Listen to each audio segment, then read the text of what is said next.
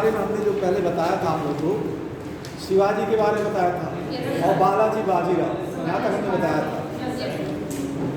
देखिए शिवाजी का जो वंश चलता है, शिवाजी के लड़के का क्या नाम रहता है? देखिए ये संभाजी, और एक और उनके लड़के का नाम रहता है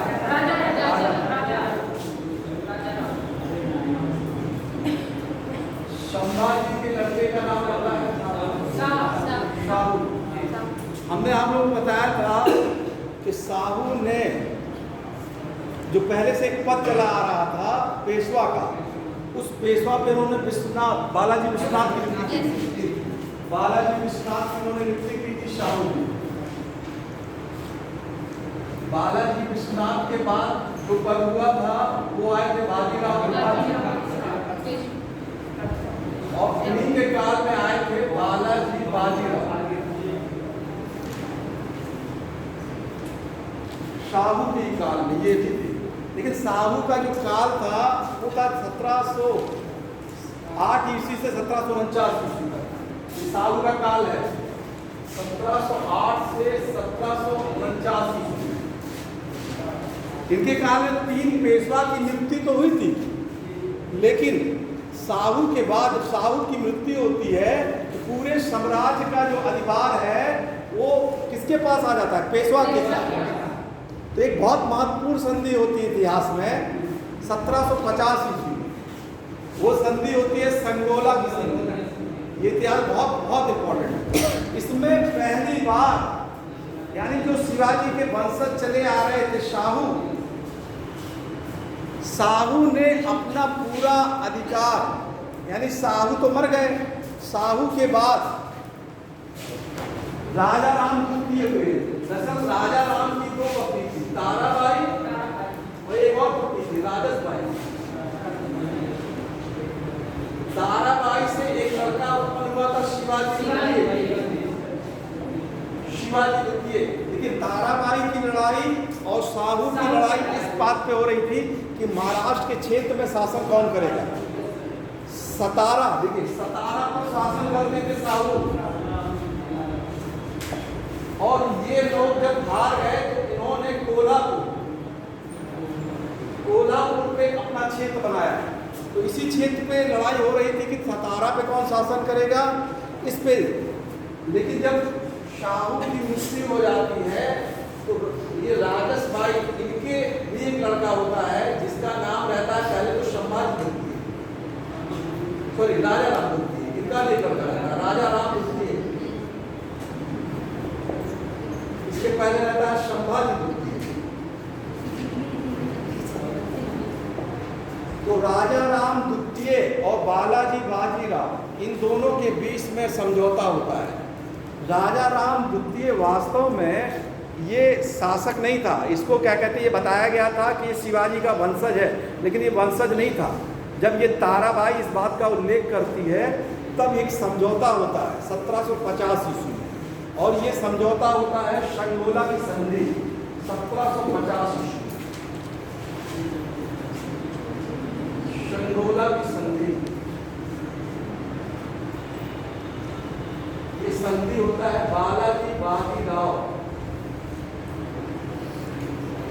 और राजा राम द्वितीय के पास।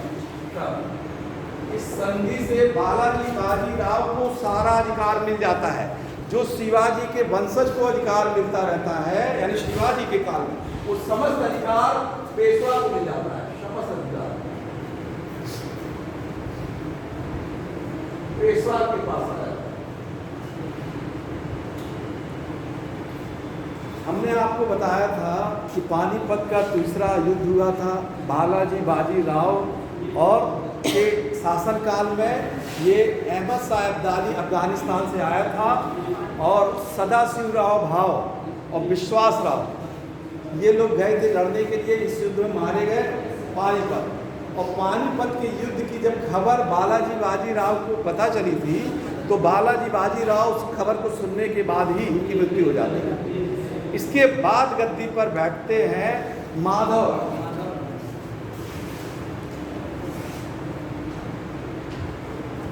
बालाजी बाजीराव का लड़का रहता है और बालाजी बाजीराव का एक चचेरा भाई रहता है जिसका नाम है सदाशिवराव, सॉरी रघुनाथ। देखिए ये चाहता है रघुनाथ राव की गद्दी मुझको मिल जाए, लेकिन चूंकि वहाँ पर एक परिषद होती है, उस परिषद ने ये निर्णय लिया था कि गद्दी वास्तव में माधव राव क्योंकि लड़का था ये गद्दी पर बैठता है। इसका शासन 1772 तक होता है। सर ये किसका लड़का था? ये बालाजी बाजीराव का, माधव राव गद्दी पर बैठता है। रघुनाथ राव की ये इच्छा रहती है कि शासन में वो बैठे, लेकिन इसी बीच में माधव राव और रघुनाथ राव उसके चाचा के बीच में मतभेद उत्पन्न हो जाता है। माधव राव के बाद जन्म होता है, मतलब माधव राव के बाद माधव राव नारायण राव 1772 से 1773। इस नारायण राव की हत्या करा देता है रघुनाथ राव, हत्या कर देता है। चाचा था। देखिए इसको कंफ्यूज मत करिएगा, ये पूरी कहानी है। रघुनाथ राव क्या करता है, माधव राव की लड़की की हत्या कर देता है, यानी अपने भतीजे की हत्या कर देता है नारायण राव। एक छोटा रहता है इसका लड़का नारायण राव का, उसका जो लड़का रहता है वो गद्दी पर फिर बैठ जाता है, उसका नाम रहता है माधव राव नारायण राव।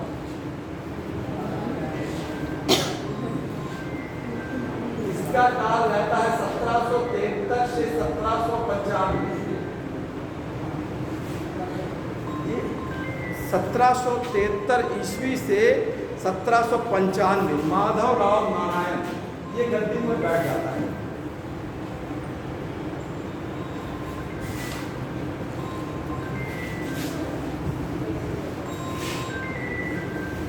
देखिए माधव राव नारायण गद्दी पर बैठ जाता है, रघुनाथ राव फिर भी गद्दी पर नहीं बैठ पाता है। माधव राव नारायण के समय में, मराठों के काल में दक्षिण भारत में, उस समय कर्नाटक में अंग्रेज, फ्रांसीसी और निजाम से उत्तर में, इन तीनों के बीच में उत्तरा मतलब अधिकार के क्षेत्र पे लड़ाई हो रही थी। तो माधव राव नारायण बाद में हस्तक्षेप करके निजाम को हराता भी है और अंग्रेजों की भी सहायता करता है। तो यहाँ पे अंग्रेज 3 युद्ध लड़ते हैं, ये हम आपको डिटेल्स बताएंगे। और कर्नाटक के युद्ध में अंग्रेज फ्रांसीसियों को पराजित कर देते हैं। माधव राव नारायण क्या कहते हैं, बाद में आत्महत्या कर लेता है। और माधव राव नारायण की जब आत्महत्या कर लेता है तो गद्दी पर बैठता है बाजीराव द्वितीय। लेकिन माधव राव नारायण के समय में ही, पहले यहाँ पे एक चीज़ का उल्लेख करना जरूरी है, प्रथम अंग्रेजों से पहला मराठों के बीच में युद्ध होता है, प्रथम आंग्ल मराठा युद्ध। आंग्ल मराठा युद्ध ये होता है माधव राव नारायण के काल में ही। रघुनाथ राव, देखिए उस समय रघुनाथ राव अंग्रेजों से सहायता प्राप्त करना चाहता है और अंग्रेजों के पास चला जाता है। अंग्रेजों को पास उस समय बम्बई का क्षेत्र, जिसको हम आज मुंबई बोलते हैं, बम्बई का क्षेत्र अंग्रेजों के पास था। और ये बम्बई का जो क्षेत्र था, ये अंग्रेजों को पुर्तगाली की राजकुमारी से विवाह किया था उन्होंने, तो उनको दहेज मिलना था। देखिए कहानी यहाँ से होती है। पहले भारत में पुर्तगाली आए थे, अभी हम आपको यूरोपीय कंपनी बताएंगे। उस पुर्तगालियों की लड़की की शादी अंग्रेज के लड़के यानी चार्ल्स से होता है, तो चार्ल्स से दहेज में उनको बम्बई मिलता है, अंग्रेजों को किराए पे, और वहाँ वो व्यापार करते हैं। तो बम्बई में अंग्रेज लोग रहते हैं। और यहाँ बंगाल में देखिए एक घटना 1773 के पहले बंगाल में अंग्रेज 1764 में बक्सर का युद्ध जीत जाते हैं। तो बंगाल का क्षेत्र भी वो लोग ले लेते हैं, बिहार, बंगाल, बिहार, उड़ीसा। तो अंग्रेजों ने अपनी पूरी प्रशासनिक जो व्यवस्था अपनाई थी वो पहले बंगाल में ही अपनाई थी। तो बंगाल यानी कलकत्ता काउंसिल वहाँ का पहला था, उसी के अंडर में बम्बई भी था, उसी के अंडर में सूरत भी था। लेकिन रघुनाथ राव अपने भतीजे के खिलाफ अंग्रेज़ों से सहायता के लिए बम्बई जाता है और एक संधि होती है बहुत इम्पॉर्टेंट, सूरत की संधि 1775 ईस्वी।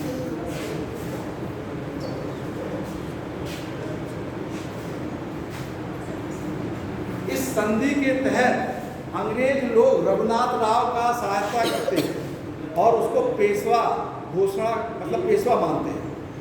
लेकिन जब ये खबर दिल्ली कलकत्ता में पहुंचती है बंगाल में, उस समय बंगाल का गवर्नर जनरल रहता है वारेन हेस्टिंग, ठीक है, वारेन हेस्टिंग रहता है। वारेन हेस्टिंग इस संधि को अमान्य कर देता है क्योंकि कलकत्ता का जो क्षेत्र था वो बम्बई के ऊपर था, वो गवर्नर जनरल था उस समय। देखिए आपको छोटा सा बता दे रहे हैं, बंगाल में जो प्रशासनिक पद का की व्यवस्था थी उसमें गवर्नर जनरल होता था। इस गवर्नर जनरल के अधीन में भारत के जितने भी क्षेत्र थे, चाहे बम्बई हो, सूरत हो, चाहे वो कर्नाटक हो, सभी इसके अंडर में थे। जब बम्बई की काउंसिल ने ये संधि किया 1775 ईस्वी में, तो वारेन हेस्टिंग ने पहले तो इस संधि को मना कर दिया और क्या कहते हैं 1776 में एक और संधि की गई। ये भी देखिए बहुत याद है, ये पुरंदर की संधि, पुरंदर की संधि। इस संधि में माधवराव नारायण को पेशवा माना गया।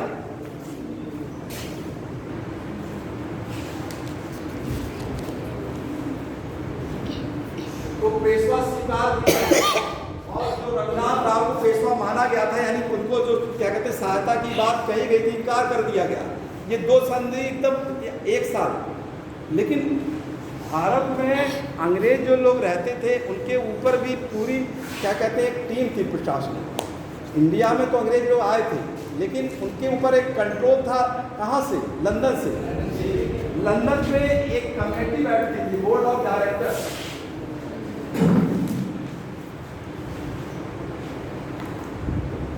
Board of directors, board of directors last में अगर कोई भी संधि कर ली जाती थी तो बोर्ड ऑफ डायरेक्टर की अनुमति होती थी। उस दिन उन्होंने इस संधि को अमान्य कर दिया, पुरंदर की संधि।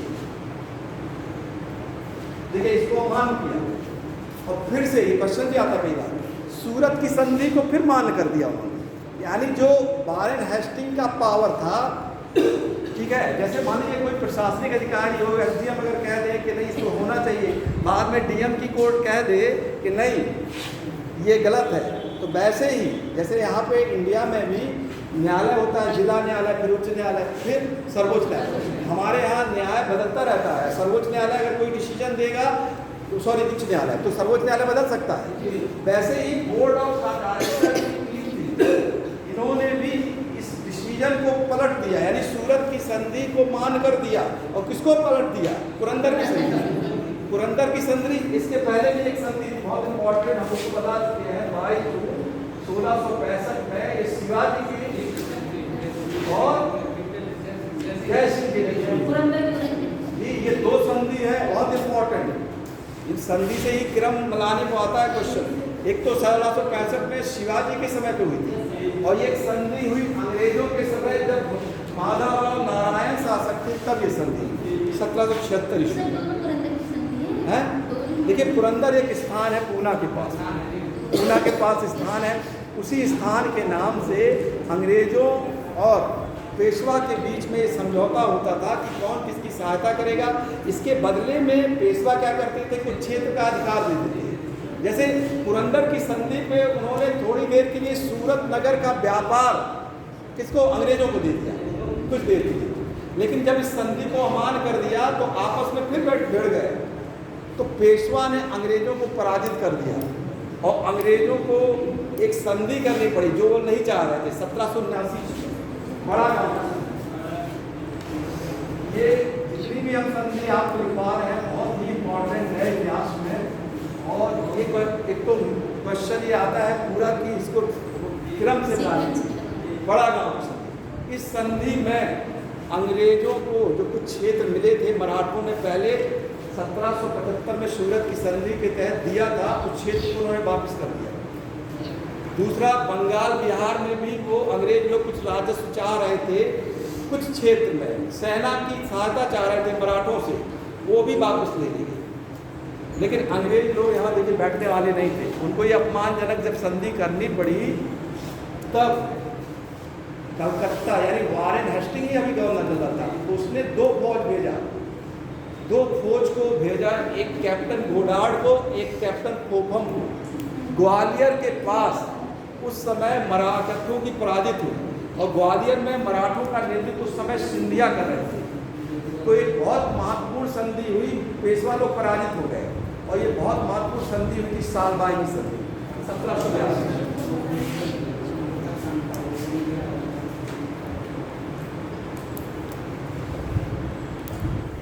इस संधि के तहत फिर अंग्रेजों को अधिकार मिल गया, यानी अंग्रेजों ने इस संधि में कई क्षेत्र, यानी जो बुंदेलखंड का क्षेत्र मराठों को था, वो अंग्रेजों को देना पड़ा।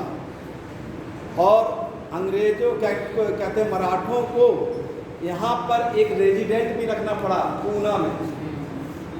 तो ये संधि बहुत इंपॉर्टेंट थी। इस संधि पे जो सिग्नेचर किया था वो महाजी सिंधिया ने किया था।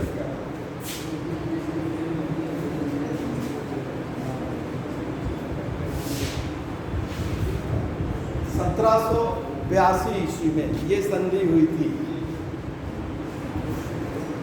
जब देखिए माधव नारायण राव की जब मृत्यु हो जाती है, तो उसके बाद अंतिम पेशवा गद्दी पर बैठता है और वो रहता है रघुनाथ राव का लड़का बाजीराव द्वितीय।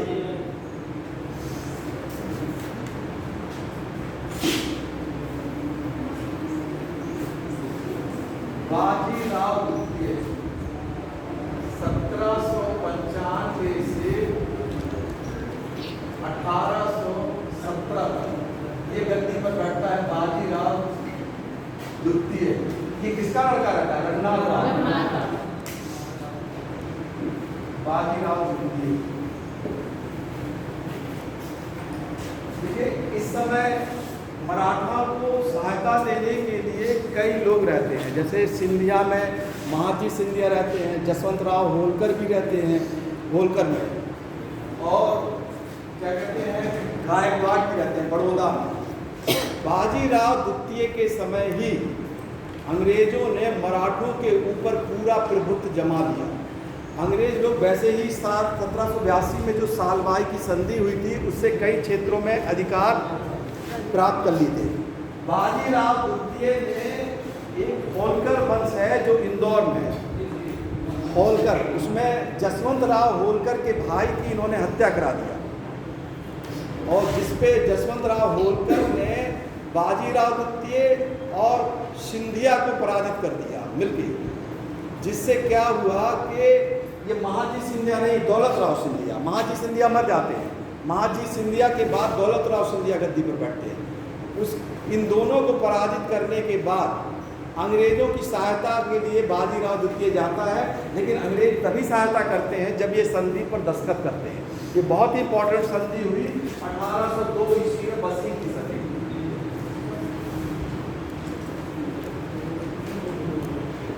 देखिए इन संधियों के कारण ही अंग्रेजों को कई क्षेत्रों पे अधिकार मिलते गए। ये वसीम की संधि हुई 1802 ईस्वी में, इसमें पेशवा बाजीराव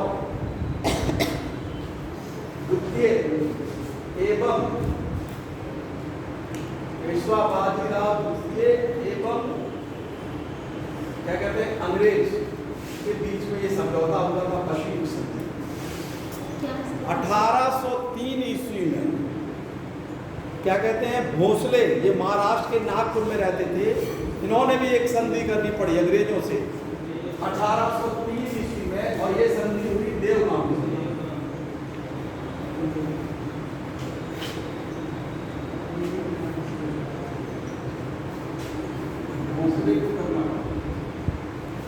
इसमें इन्होंने राजस्थान के कई क्षेत्र अंग्रेजों को देना पड़ा, जयपुर, जोधपुर, ये क्षेत्र अंग्रेजों को देना पड़ा। 1803 में ही तीसरी बहुत महत्वपूर्ण संधि हुई थी, सुरजी अर्जन गांव संधि।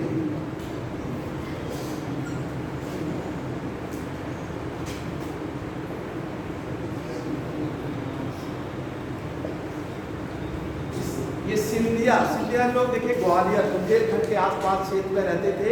उनका जो क्षेत्र था चंबल के दक्षिण में और पश्चिम में, यमुना नदी के पश्चिम का जितना क्षेत्र था उस क्षेत्र का सारा राजस्व अंग्रेजों को देना पड़ा सुरजी अर्जन गांव की संधि में। और महाराष्ट्र का जो सतारा, पूना, इन सब का क्षेत्र, वर्धा नदी के पश्चिम का क्षेत्र किसमें देना पड़ा? ये आपका बशीर की संधि। ये तीन बहुत महत्वपूर्ण संधि फिर हुई 1802, 1803 और 1823। अब बचते हैं अंग्रेजों के सामने होलकर। अंग्रेज होलकर का पीछा करते हैं। उस समय अंग्रेज का एक गवर्नर रहता है दिल्ली में, जिसका नाम रहता है लॉर्ड लेग।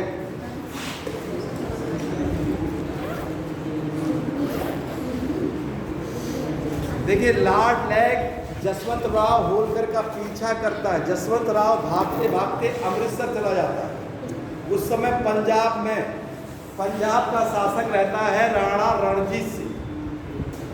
जसवंत राव होलकर उनसे सहायता मांगता है, लेकिन रणजीत सिंह अंग्रेजों के डर के नाते उसकी सहायता नहीं करते हैं और होलकर को क्या कहते हैं, अंत में 1805 ईस्वी में समझौता करना पड़ता है और अंग्रेजों के सामने समर्पण करना पड़ता है। ये होलकर से समझौता होता है 1805।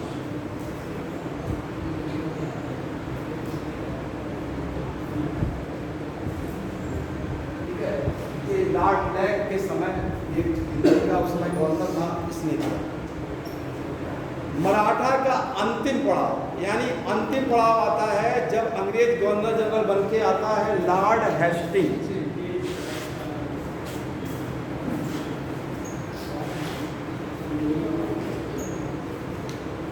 लॉर्ड हेस्टिंग्स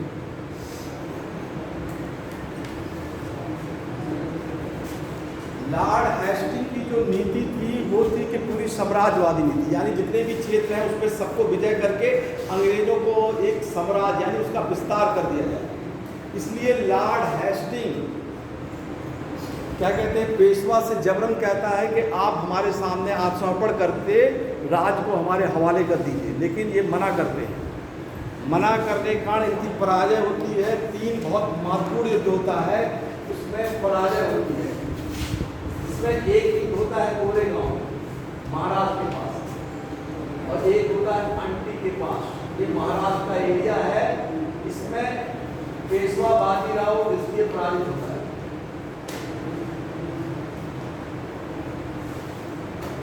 और वो 1817 में पूना की संधि कर लेता है। ये लाभ संधि, देखिए पूना की संधि। इस संधि के बाद मराठा का जो साम्राज्य है वो अंग्रेजों में मिल जाता है और पेशवा बाजीराव द्वितीय को 8 लाख रुपए पेंशन देकर कानपुर के बिठूर में बैठा दिया जाता है।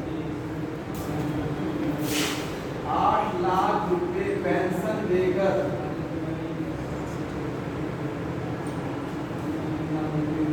बिठूर में, ये जिसको बाजीराव द्वितीय बैठा दिया जाता है। देखिए इन्हीं बाजीराव द्वितीय के दत्तक पुत्र यानी गोद लिए हुए पुत्र का नाम था नाना साहब। ठीक है, जब डलहौजी भारत में गवर्नर जनरल के बन के आता है तो वो गोद प्रथा पर रोक लगाता है। इसीलिए ये क्या कहते हैं, नाना देशमुख जिनका नाम था, नाना जी ने युद्ध लड़ा, लेकिन इस युद्ध में अंग्रेजों ने क्या कहते हैं इनकी बात नहीं मानी और अंत में क्या कहते हैं सतारा राज का पूर्व विलय कर लिया। इसको गोद प्रथा से विलय किया था लास्ट में नाना साहब बाजीराव द्वितीय ने उनको गोद दिया था।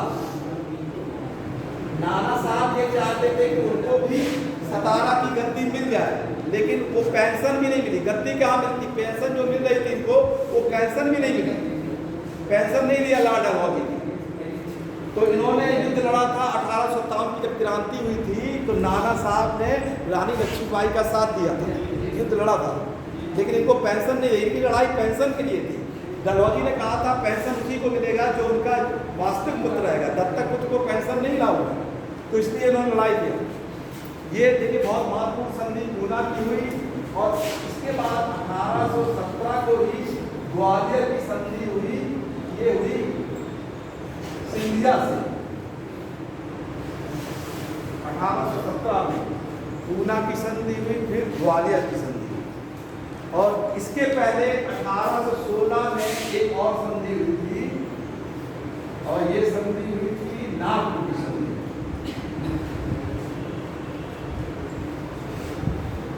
ये भोसले से। देखिए मराठा में जितना भी क्वेश्चन ज़्यादातर आता है संधियों से ही आता है कि संधि से क्या होता है, आप लोग समझ लीजिए इस संधि का ही बहुत महत्व है, और इस संधि को किसी न किसी क्रम में आपको रखना है। ये कंफ्यूजन का विषय तो है, ये बात सही है, लेकिन इन्हीं संधियों के माध्यम से इनको पूरा साम्राज्य अंग्रेजों को दे देना होता है। तो लॉर्ड हेस्टिंग्स के काल में ये आपकी नागपुर की संधि, फिर पूना की, फिर ग्वालियर की। देखिए ये जितना भी संधि हुई, अंग्रेजों ने सबसे अधिक क्षेत्र जो जीता वो मुगलों से ज़्यादा मराठों से जीता। मराठों से उन्होंने देखिए पूरा गुजरात का क्षेत्र, ये महाराष्ट्र का क्षेत्र पूरा, उत्तर में पूरा बुंदेलखंड का क्षेत्र, पूरा क्षेत्र को मिला।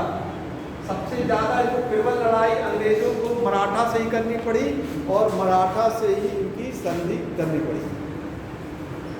तो ये मराठा का पूरा ये देखिए काल था आपका मराठा की। तो मराठा के बाद आपके देखिए दो और छोटे राज्य हैं, उनका भी उल्लेख करना जरूरी है। एक है बंगाल का, एक है अवध।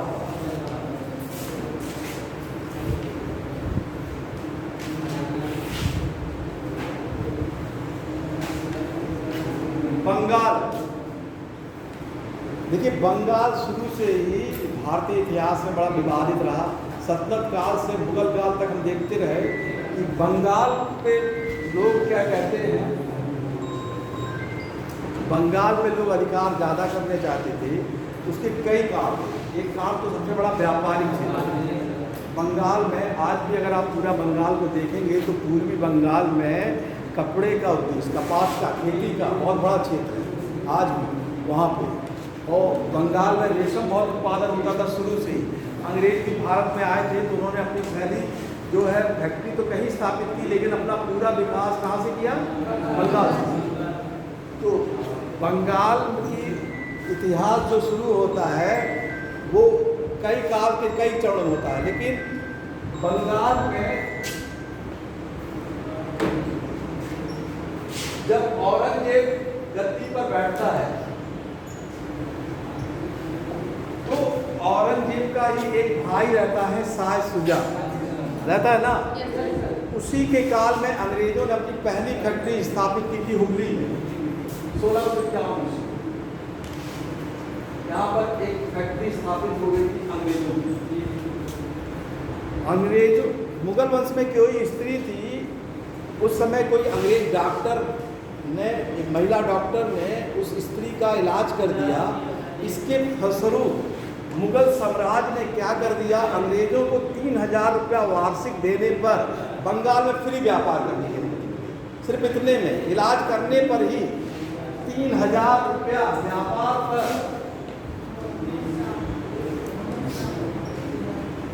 बंगाल में 3000 रुपया वार्षिक पे बंगाल में फ्री व्यापार।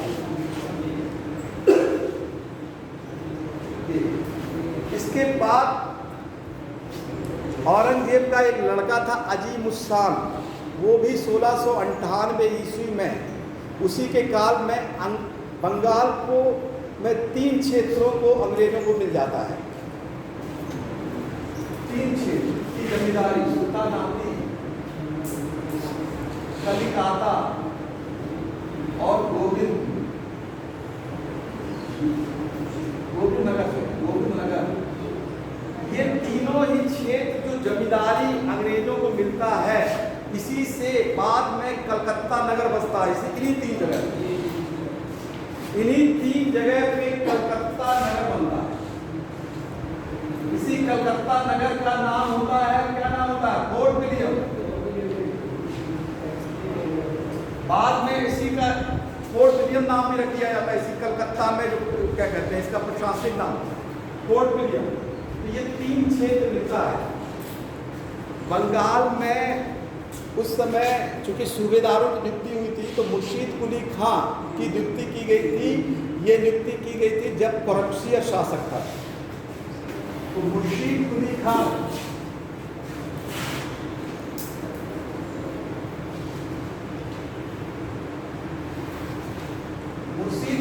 ने क्या किया, उस समय बंगाल की राजधानी ढाका में थी। उसने राजधानी को बदला, ढाका से मुर्शिदाबाद आ गया।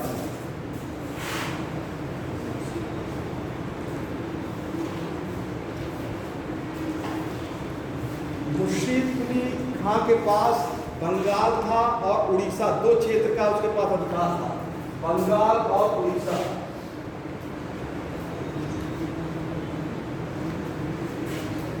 मुर्शीद कुली खां के बाद गद्दी पर बैठता है शुजाउद्दीन।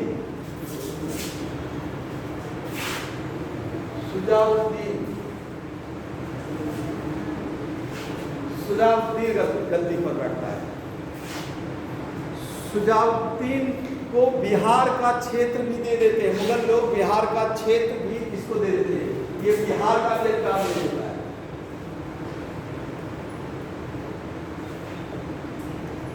शुजाउद्दीन का लड़का बैठता है गद्दी पे, सरफराज। अब देखिए, इसी सरफराज की हत्या कर देता है अली वर्दी खां। एक गवर्नर रहता है बंगाल का, वो क्या करता है, सरफराज की हत्या कर देता है। अली वर्दी खां, सरफराज की हत्या।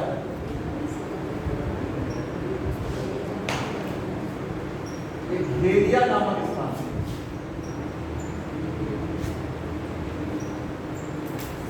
अली वर्दी खां के कोई भी लड़के नहीं रहते हैं, इनकी तीन लड़की रहती है और तीनों दामाद इसके काल में मर जाते हैं। तो उसी लड़की का एक लड़का रहता है जिसको दोहित्र बोलते हैं, उसका नाम रहता है सिराजुद्दौला। सिराजुद्दौला अली वर्दी खां के बाद गद्दी पर बैठता है। अली वर्दी खां का उस समय एक कथन था, चूँकि अंग्रेज उस समय थे, उसने कहा था कि अंग्रेज मधुमक्खी की तरह हैं। इसका देखिए कथन था कि अंग्रेज लोग मधुमक्खी की तरह हैं।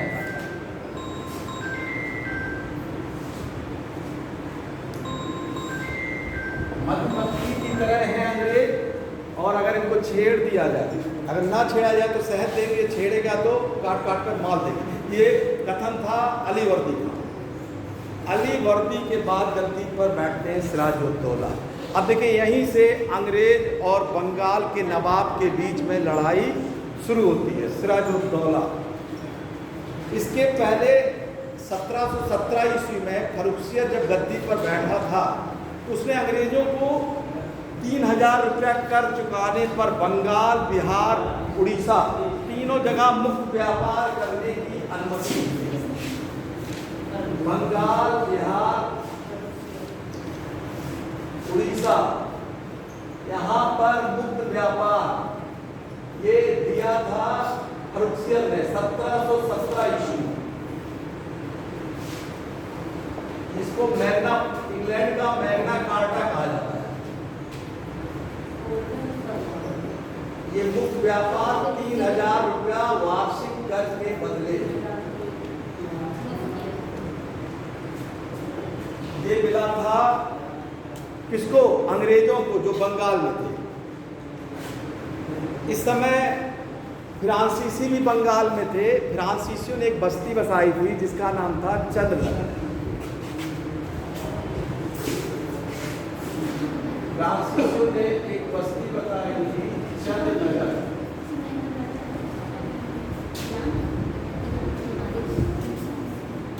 देखिए, मैग्ना कार्टा, देखिए इंग्लैंड में वहाँ के एक राजा थे जिनका नाम था जॉन। उस समय इंग्लैंड में, आप पूरी बात सुन लीजिए, इंग्लैंड के एक राजा थे जॉन, और वो राजा आनुवांशिक रूप से अपना शासन चला रहे थे। तो जनता में देखिए लोकतंत्र, जनता तो यही चाहती है कि जो जनता चुने उसी की सरकार होनी चाहिए। तो कुछ अधिकारों की मांग उस समय मांगती थी, तो वहाँ के राजा ने वोट देने का अधिकार, यानी एक छोटा सा अधिकार उस समय दिया। तो वो जो दस्तखत हुआ था मैग्ना पार्टा नामक स्थान पे, यानी ये अधिकार पत्र लोगों के मूल अधिकार के लिए सम्मान में था। तो वैसे ही जब अंग्रेजों को बंगाल में फर्रुखसियर ने 1717 ईस्वी में 3000 रुपया वार्षिक कर के बदले में व्यापार करने की अनुमति दी, तो ये कहा गया कि अंग्रेजों को इतनी छूट मिल गई कि वो आगे बहुत कुछ काम कर सकते हैं। मैग्ना कार्टा का तुलना किया गया 1717 में। ये मैग्ना कार्टा लोगों के अधिकार की बात कहती है, ये इंग्लैंड में हुआ था, और उसी की तुलना अंग्रेजों ने भारत में जब फर्रुखसियर ने दिया तब ये मिला। लेकिन भारत में अंग्रेज लोग तो थे ही, फ्रांसीसी भी थे, और अंग्रेज और फ्रांस विदेश में भी लड़ते थे। आपस में जब वहाँ लड़ते थे तो यहाँ भी लड़ने लगते थे, क्योंकि लड़ाई तो देखिए आपस में वहाँ लड़ रहे हैं। तो अंग्रेज यूरोप में 3 और 7 वर्षीय युद्ध शुरू हुआ, 7 वर्ष का यूरोप में युद्ध शुरू हुआ। इसलिए अंग्रेज और फ्रांसीसी यहाँ भी अपने अपने जो उनके पास गोदाम थे उसका किलेबंदी करने लगे। अब देखिए यहीं से शुरू होती है लड़ाई। ये बंगाल का इतिहास वास्तव में यहीं से, जब ये किलेबंदी, हम कहते हैं किलेबंदी क्यों की जाती है? किलेबंदी इसलिए की जाती है कि आप अपनी रक्षा करेंगे। आप मान लीजिए बंदूक खरीदते हैं, आप हमारे पड़ोसी हैं, हम लोग आराम से रह रहे हैं व्यवहारिक रूप से, लेकिन आप बंदूक खरीदते हैं तो हमको ये भय होगा कि आप हम पे हमला कर सकते हैं, तभी अपनी सुरक्षा के लिए। अगर इसीलिए नवाब ने कहा सिराजुद्दौला से, अंग्रेजों से, कि आप तो गोदाम बनाए हुए हैं, व्यापार कर रहे हैं, लेकिन ये किलेबंदी करने की क्या जरूरत थी?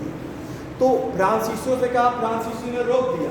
जब अंग्रेजों से नवाब ने कहा तो उन्होंने नहीं रोका, तो अंग्रेजों ने के ऊपर इन्होंने तुरंत आक्रमण कर दिया सिराजुद्दौला ने, और क्या किया कि कलकत्ता पे अधिकार कर दिया। पहले काशी बाजार उनकी एक बस्ती थी, उस पर अधिकार किया, फिर कलकत्ता नगर पे अधिकार कर लिया। किसने अधिकार कर लिया? सिराजुद्दौला ने। ये 2 क्षेत्र पे। इसके बाद एक इतिहास में एक घटना जो मनगढ़ंत भी मानी जाती है, वो घटना है ब्लैक होल की घटना। सुना है कि नहीं आपने? ये घटना होती है ब्लैक होल की, ये बंगाल में। इसमें एक जिंदा व्यक्ति अपनी किताब लिखता है और उस कहानी के बारे में बताता है कि कलकत्ता के नवाब यानी सिराजुद्दौला ने 146 व्यक्तियों को 18 फीट लंबा 14 फीट 10 इंच चौड़े मकान पे, यानी एक कमरे में बंद कर दिया जबरन। कितने लोगों? 146 लोग। और दूसरे दिन जो जिंदा बचे वो सिर्फ 23 लोग बचे। ये घटना का जो वर्णन किया था उसका नाम था हालवे। उसने ये कहानी बताई और इतिहास में ये घटना हुई थी ब्लैक होल घटना के नाम।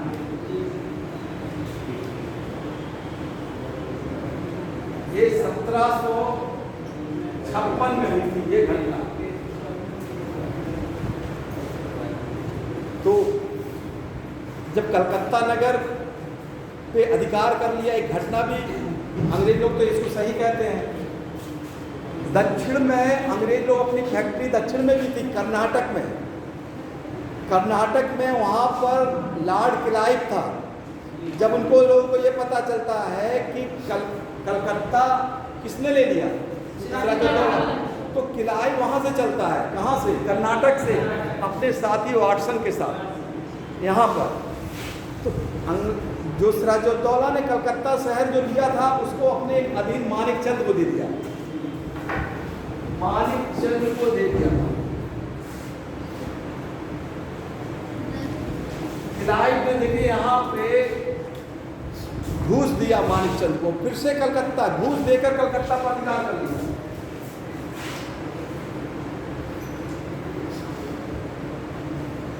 कलकत्ता पर अधिकार कर लिया।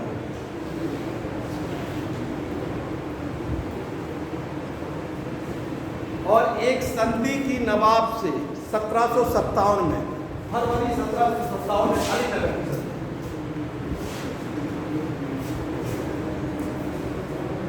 अलीनगर की संधि।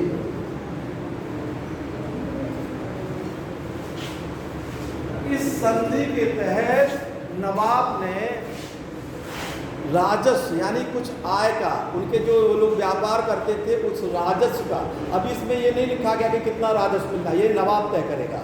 इसके बदले में अंग्रेजों को थोड़ी देर के लिए दुर्गीकृत यानी किला करने की अनुमति मिल गई। तो उन्होंने क्या किया, इस संधि के तहत किला करने की अनुमति मिली, यानी किला करने की अनुमति अंग्रेजों को मिल गया।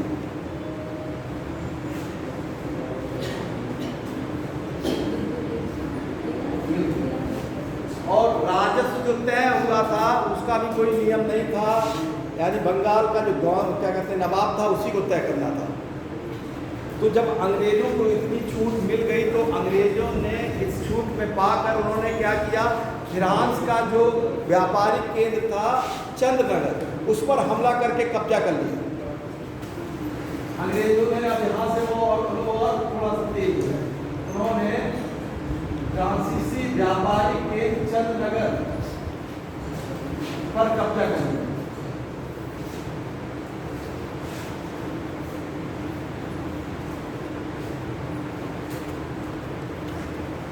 नवाब ने इसको कहा समझौते का उल्लंघन माना, कहा कि आपको आक्रमण करने की अनुमति नहीं थी, आपने जबरन फ्रांसीसी केंद्र पर अधिकार कर लिया। इसके बाद होता है षड्यंत्र। अब लॉर्ड क्लाइव यहाँ से करता है षड्यंत्र। षड्यंत्र का फायदा उसको इसलिए मिल जाता है कि नवाब के जो उसके सहयोगी रहते हैं वो वैसे ही नवाब से चिड़े रहते हैं। इसमें नवाब का एक सेनापति रहता है जिसका नाम रहता है मीर जाफर रहता है, और एक दीवान उसका मतलब होता है आय व्यय लिखना, यानी दीवान राय दुर्लभ, ये मिल जाते हैं क्लाइव से। राय दुर्लभ और मीर जाफर, इसमें बंगाल का एक सेठ भी रहता है जिसका नाम रहता है जगत सेठ। ये तो रहते ही हैं, लेकिन इन सब चीज में जिसने इस मध्यस्थता का काम किया था उस व्यक्ति का नाम था अमीर चंद। ये समझौता इस बात पे हुआ था कि क्लाइव युद्ध होगा, एक इस युद्ध में मीर जाफर को बंगाल का नवाब बना दिया जाएगा, और अमीर चंद से ये कहा गया था कि आपको राजस्व पैसा दिया जाएगा। लेकिन अमीर चंद ने कहा कि मुझको करीब 25,000 रुपये तत्काल चाहिए, और नवाब का जो खजाना है उसमें से आधा, नहीं तो हम सारी पोल इसको बता देंगे सिराजुद्दौला को। तो देखिए दो कागज तैयार किए, अंग्रेज भी बहुत होशियार थे, वो जान रहे थे कि अमीर चंद कहीं ना कहीं मिल जाएगा। तो दो पत्र तैयार हुए, एक श्वेत पत्र यानी सफेद कागज और एक लाल पत्र। जो समझौते की बात थी वो तो लिखी गई थी लाल पत्र पे, लेकिन अमीर चंद से जो दस्तखत करवाया गया वो किस पे कराया गया, श्वेत पत्र पे।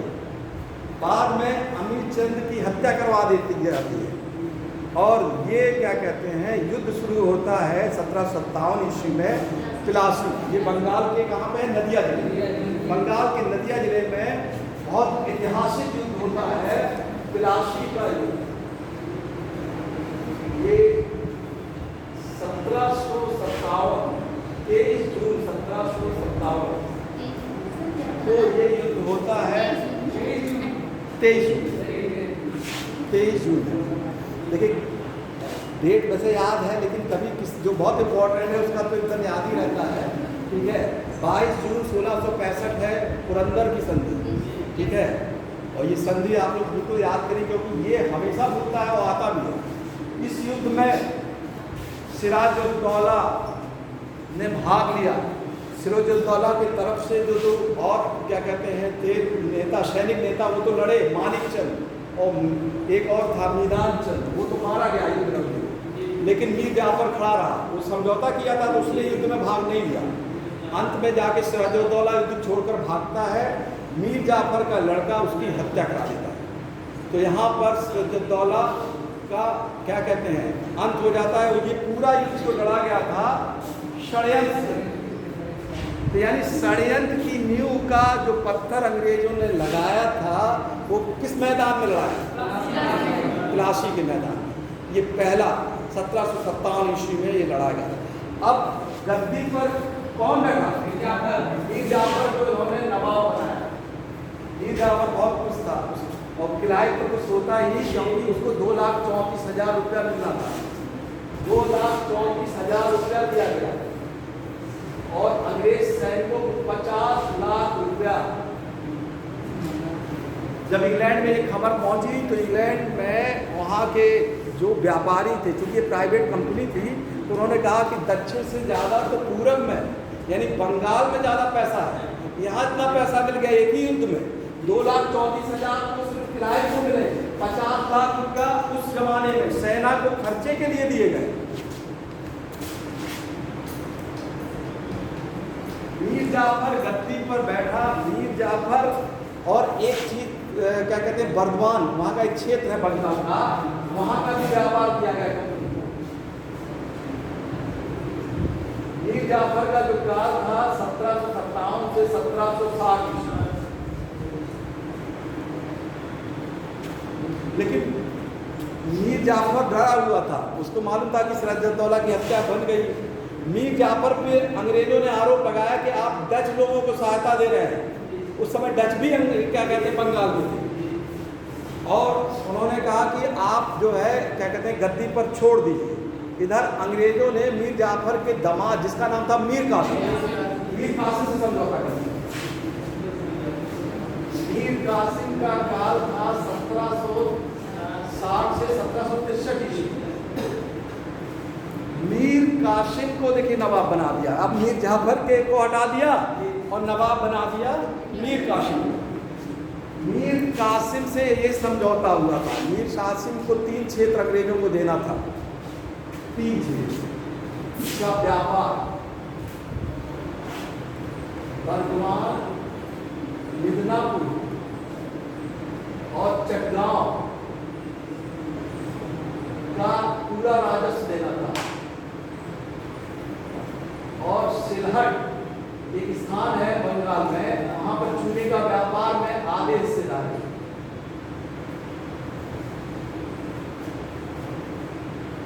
ये समझौते पे ये देना था मीर कासिम को, इतना क्षेत्र देना था और चूने का जो व्यापार उसमें। मीर कासिम ये जानता था कि उसके साथ भी छल कपट हो सकता है, इसलिए देखिए उसने राजधानी चेंज की। उसने मुर्शिदाबाद जो राजधानी थी उससे वो मुंगेर राजधानी बनी। मीर कासिम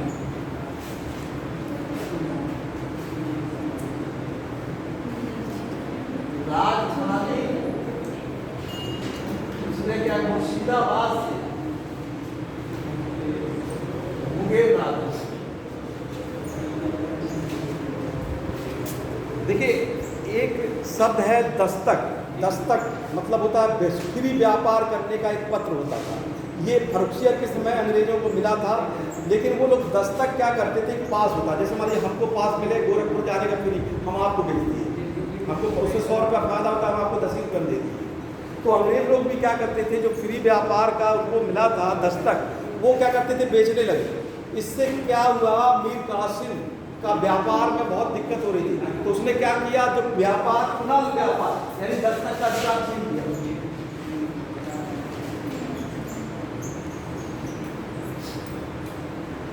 दस्तक का अधिकार छीन लिया उसने। और एक राम नारायण व्यक्ति था, पटना में रहने वाला, एक ये इसी के अंडर में था। राम नारायण की मांग की मीर कासिम ने, जो अंग्रेजों के पास छुप गया था। अंग्रेजों ने राम नारायण को तो दे दिया मीर कासिम को, लेकिन मीर कासिम ने उस राम नारायण की हत्या करा दी। इसी से देखिए अंग्रेज लोग और चिढ़ जाते हैं। मीर कासिम ने पटना पर अधिकार किया और राम नारायण की हत्या करा दी।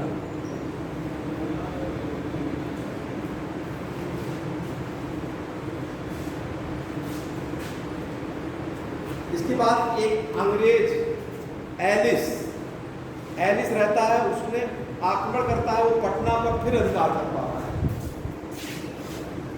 एलिस पटना पर अधिकार कर लेता है।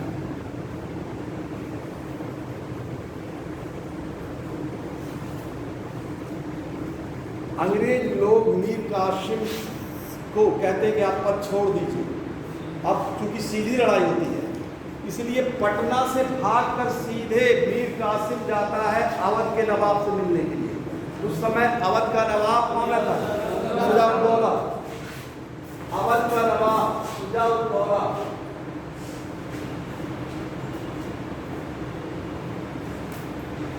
अवध का नवाब शुजा-उद-दौला रहता है और इसी की सहायता उस समय मुगल शासक रहता है शाह आलम द्वितीय।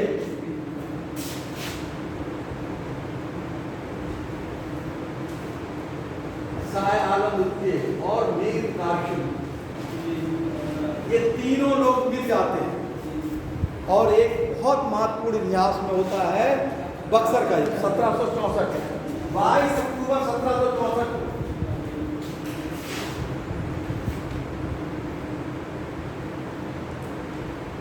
बक्सर का युद्ध होता है। अंग्रेजों की कमान रहती है हेक्टर गुंडों के पास। इन तीनों लोगों की सेना यानी अवध, बंगाल और मुगल, इन तीनों सेनाओं को अंग्रेज लोग पराजित कर देते हैं बक्सर के युद्ध में। और वास्तव में अंग्रेज लोग यहीं से अपना पूरा अधिकार बंगाल में कर लेते हैं। किलाई कई यानी प्लासी का जो युद्ध है वो तो ये कहा जाता है कि षड्यंत्र का युद्ध है, लेकिन ये युद्ध षड्यंत्र का नहीं था। इसमें पूरी सेना ने तीनों सेना को पराजित किया। यानी इस युद्ध में 22 अक्टूबर 1764 ईस्वी को ये तीनों लोग पराजित हुए आपका इस बक्सर के युद्ध में। अंग्रेजों ने जैसे जब मीर कासिम को नवाब हटाया तो मीर जाफर को फिर नवाब बना दिया था। ये भी देखिए 1763 से 1765 में फिर मीर जाफर नवाब बना। यानी जो लड़ाई हुई थी उस समय बंगाल का वास्तविक नवाब था मीर जाफर, ये तो भागा हुआ नवाब था मीर कासिम। तो इस युद्ध में ये पराजित होते हैं। इस पराजय के बाद अंग्रेजों ने दो बहुत महत्वपूर्ण संधियां की थी। एक की थी इलाहाबाद की संधि मुगल शासक से, दूसरी इलाहाबाद की संधि की अवध के नवाब से।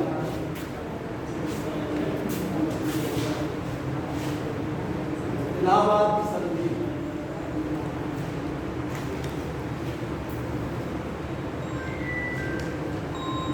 1765 ईस्वी संधि की थी 1765 ईस्वी में, और इलाहाबाद की दूसरी संधि हुई थी ये भी 1765 ईस्वी। देखिए पहली जो संधि हुई थी उसमें मुगल बादशाह को 3 क्षेत्र अंग्रेजों को दे दिया गया था, बंगाल, बिहार, उड़ीसा। ये तीनों क्षेत्र अंग्रेजों को मिल गया था, बंगाल, बिहार, उड़ीसा।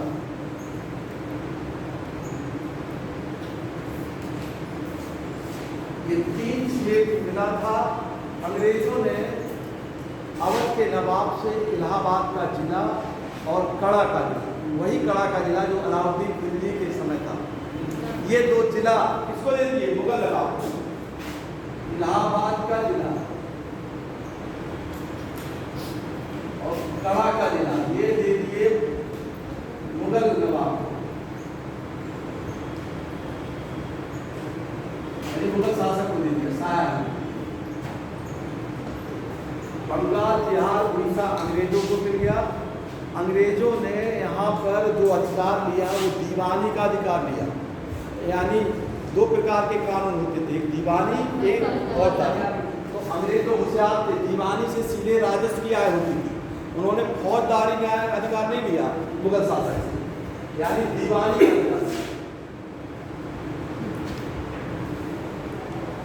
का अधिकार लिया। और फौजदारी का जो अधिकार था वो मुगल शासक यानी बंगाल के नवाब के पास ही रहता। तो ये देखिए 2 बहुत महत्वपूर्ण संधि हुई थी। इस संधि के तहत ही क्या कहते हैं अंग्रेजों ने बंगाल, बिहार, उड़ीसा का जो अधिकार। दूसरी जो संधि थी इलाहाबाद की संधि, इस संधि के तहत जो अवध का नवाब था उसको इलाहाबाद और कड़ा के जिले देने पड़े थे, और बनारस और गाजीपुर में भी अंग्रेजों का अधिकार माना गया था। यहाँ पर नियुक्ति हुई थी बनारस और गाजीपुर, बलवंत सिंह की नियुक्ति की थी अंग्रेज। ये बात बनारस और गाजीपुर का जो अधिकार ये अवध के नवाब को छोड़ देना था। ये दो संधि हुई थी, पहली इलाहाबाद की संधि मुगल नवाब मतलब शासक से, दूसरी हुई थी बंगाल में।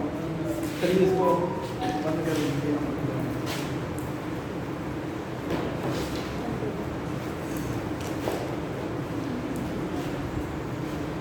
थोड़ा ये तथ्य